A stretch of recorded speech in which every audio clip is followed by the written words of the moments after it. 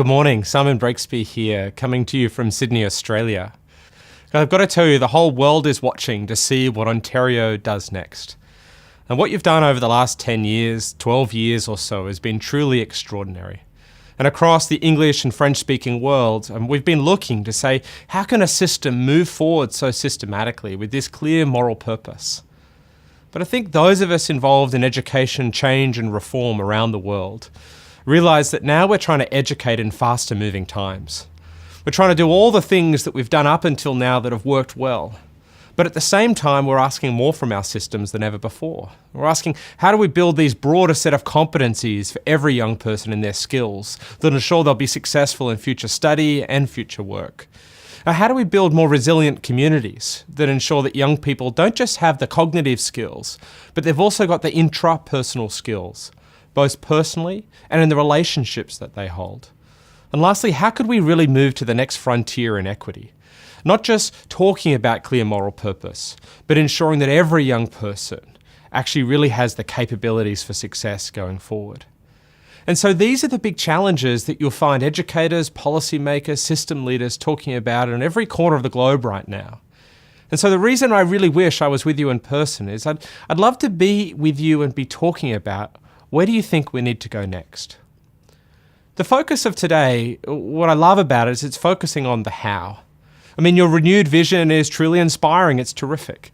Some of your key advisors, people like Andy Hargraves and Carol and Michael, these are people that I've looked up to for years. You've definitely got the right advice in the direction to go into.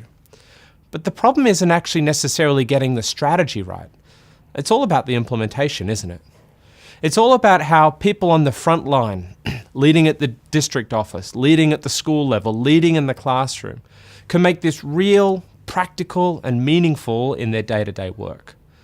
And so what I'd love to share this morning in this sort of opening element is some conversations that I've been having with people about agile leadership, about how we in systems that are already sort of established and doing things superbly in some areas can build the agility in our leadership and our organizations to go in new directions, to do new and different things, whilst also maintaining the best of the old. So I'd love to share 3 key frames and then 3 strategies in the short amount of time I've got to share with you this morning.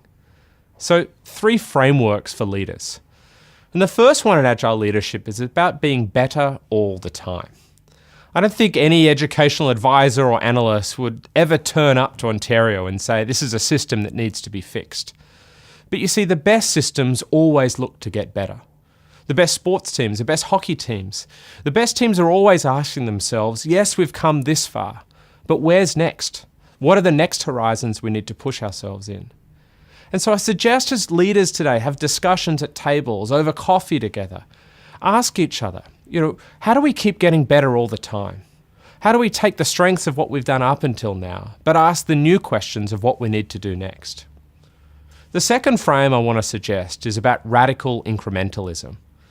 And this is a term that I think I'm trying to use more and more to really push back on the people that tell us that the future of learning is about disruptive innovation. It's about leaving behind the old models of education and moving into some bold new way of doing things that looks very different to what we've done before. But as you have this renewed vision of education, renewed vision for learning across this wonderful province, let me suggest to you that you first honour the past. That you acknowledge that the work that's been done, particularly since the last wave of reforms, has been truly remarkable. And in fact, there's a huge amount there that isn't going to be lost. It isn't going to be thrown out. In fact, we want to take it and build on it in this next phase. As we head off in this renewed vision, it's very important for us to consider how we can honour the past, how we can be very clear about the things that aren't going to change, but at the same time have a radical new vision for where learning must go. A compelling learning future. And for me, that's a vision of radical incrementalism. Radical in the new learning pedagogies that we're going to have, but incremental, and we're going to take our systems on a journey to get there.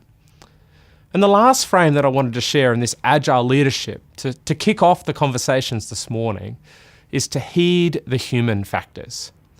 You see, systems only transform at the speed of trust. And really, education systems don't change. It's not even that people change. It's their daily practices that change. And so as we think about a renewed vision and the how-to, let me encourage us to get deeply personal, be driven by empathy as we consider what this will mean for the day-to-day teacher, as she turns up, as he turns up, to do the work. For the principal, for the deputy principal, for the people in the divisional office, what will this mean for them and their work? Because educators are people too. I've got a 10-month-old child at home and one on the way later this year.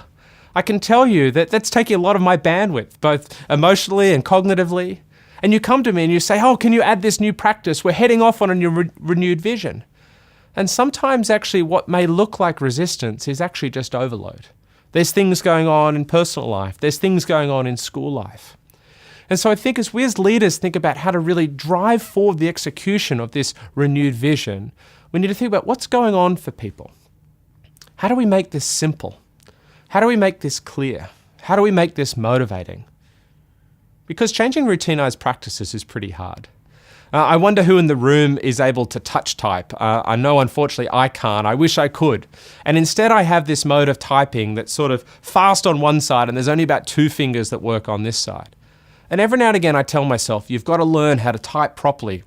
And so I stop and I try to break the old routine of the way I type. I've almost got to push this finger down. And then I get busy.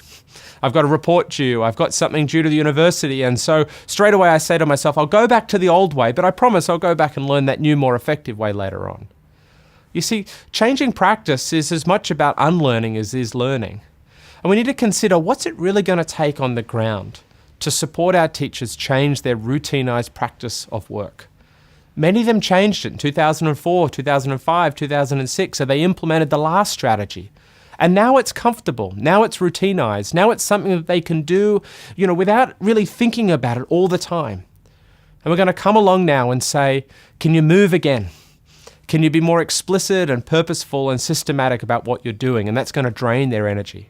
And so we need to heed the human factors.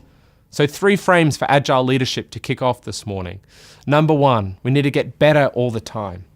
Number 2, radical incrementalism, honor the past while moving to the future. And number 3, heed the human factors. Systems change at the speed of trust. They change at the capacity for normal people to change their routinized ways of working. And unless we make it as simple and as clear for them to do that, then we're going to have a great vision and very little changed implementation.